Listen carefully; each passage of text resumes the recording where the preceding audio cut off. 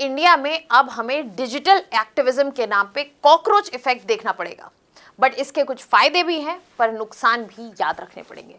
Hello everyone, welcome to Vajiram and Ravi. My name is Shubhangi Singh और आज हम बात करने वाले हैं कैसे हमारे देश में कॉकरोच इफेक्ट जो है वो बढ़ता जा रहा है।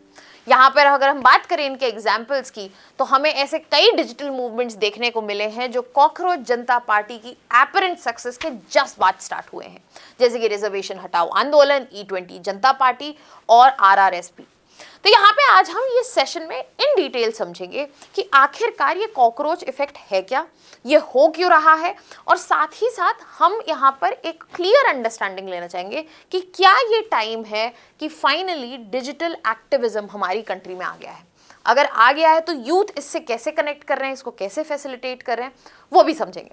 अब इसको स्टार्टिंग से समझते हैं। बेसिकली अभी कुछ दिनों में हमें देखने के लिए मिला है कि एक नया सोशल मीडिया पेज इंस्टाग्राम पे उभरा है जो कि है रिजर्वेशन हटाओ आंदोलन के नाम से, और कुछ ही दिन में इसका ट्रैक्शन, इसके फॉलोअर्स जो हैं वो 5.5 मिलियन से ऊपर जा चुके हैं। अब यहाँ पे जो सबसे बड़ा और कॉमन टर्म यूज किया जा रहा है इसको एक्सप्लेन करने के लिए वो है कॉकरोच इफेक्ट। आखिरकार कॉकरोच इफेक्ट क्या है? ये वर्ड जो है कॉकरोच जनता पार्टी की प्रेजेंस है और रीसेंट टाइम में उन्होंने जो मूवमेंट क्रिएट किया उससे इंस्पायर होकर बनाया गया है कि अगर सोशल डिजिटल मूवमेंट्स जो हैं मल्टीपल क्रिएट हो रहे हैं ऑल ऑफ अ सडन, उसको हम बोल रहे हैं कॉकरोच इफेक्ट। नाउ अगर कॉकरोच इफेक्ट जो है हमारी कंट्री में देखने को मिल रहा है, जिसका मैंने एग्जांपल दिया आपको कि कैसे कुछ ही दिनों में हमें 3 बड़े पेजेस देखने को मिले सोशल मीडिया मूवमेंट्स के, जहां पे E20 जनता पार्टी है, रिजर्वेशन रिमूवल संघ के नाम से है, रिजर्वेशन हटाओ आंदोलन, और ऐसे और भी। तो यहाँ पे जी जो ट्रैक्शन मिल रहा है वो मेजॉरिटी आ रहा है यूथ से।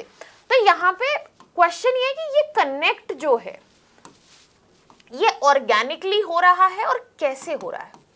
तो इसके पीछे के जो रीजंस है वो बहुत सिंपल है, हमें जो समझने पड़ेंगे ताकि हम डिजिटल एक्टिविज्म और इसके बाकी जो डायमेंशंस है उन पे बात कर सकें।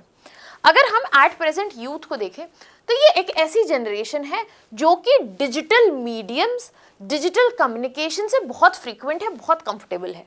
ये उनका मोड ऑफ कम्युनिकेशन। इंस्टाग्राम की अगर बात करें तो वो सिर्फ एक सोशल मीडिया पेज नहीं है, वो एक mode of communication, mode of expression है, और इसी वजह से they are finding it very easy to connect with what is being said.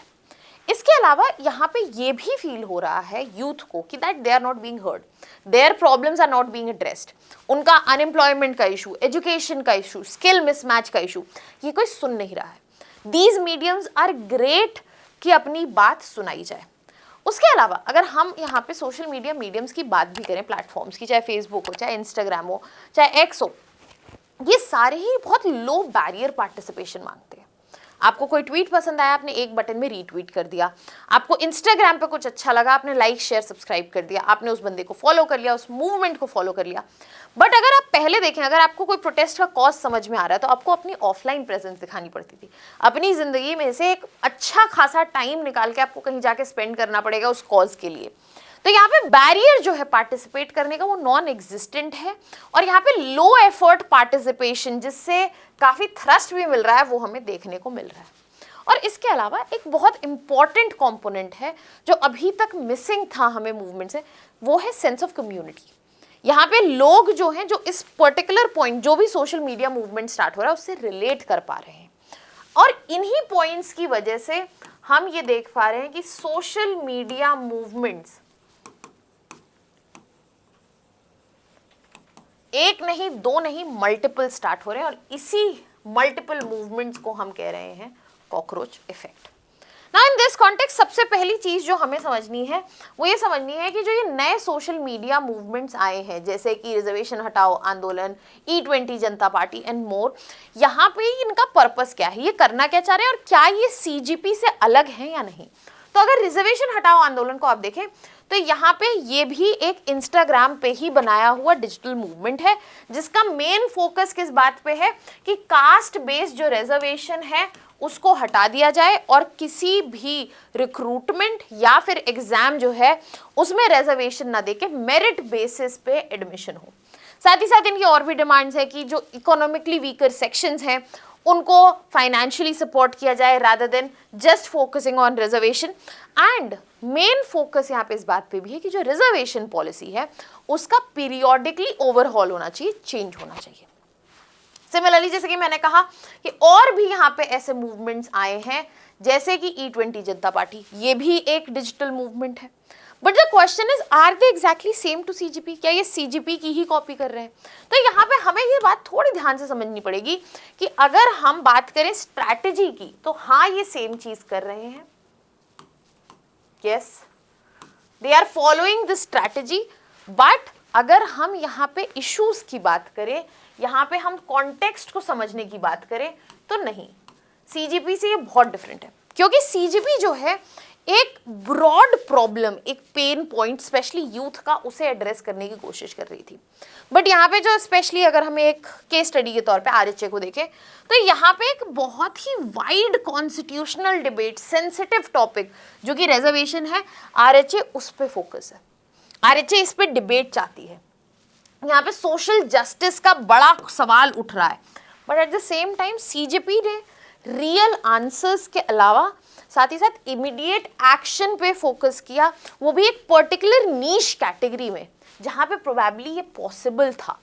Accountability मांगी, पॉसिबिलिटीज की ज़्यादा थी।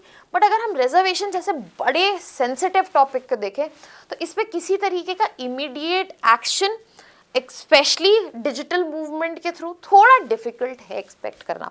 आपके थॉट्स क्या हैं, आप मुझे कमेंट सेक्शन में बताइए। आपको क्या लगता है कि यहाँ पे जो डिमांड है वो वैलिड है या नहीं है? अब हमने यहाँ पे समझ लिया कि डिजिटल मूवमेंट्स जो नए आ रहे हैं वो किस पर्टिकुलर डायरेक्शन में जा रहे हैं। तो यहाँ पे एक सही टाइम है कि हम ये भी डिस्कस करें कि आने वाले समय में बात करें या अभी की हम बात करें तो क्या डिजिटल एक्टिविज्म का दिन, समय, साल, अरेना आ चुका है?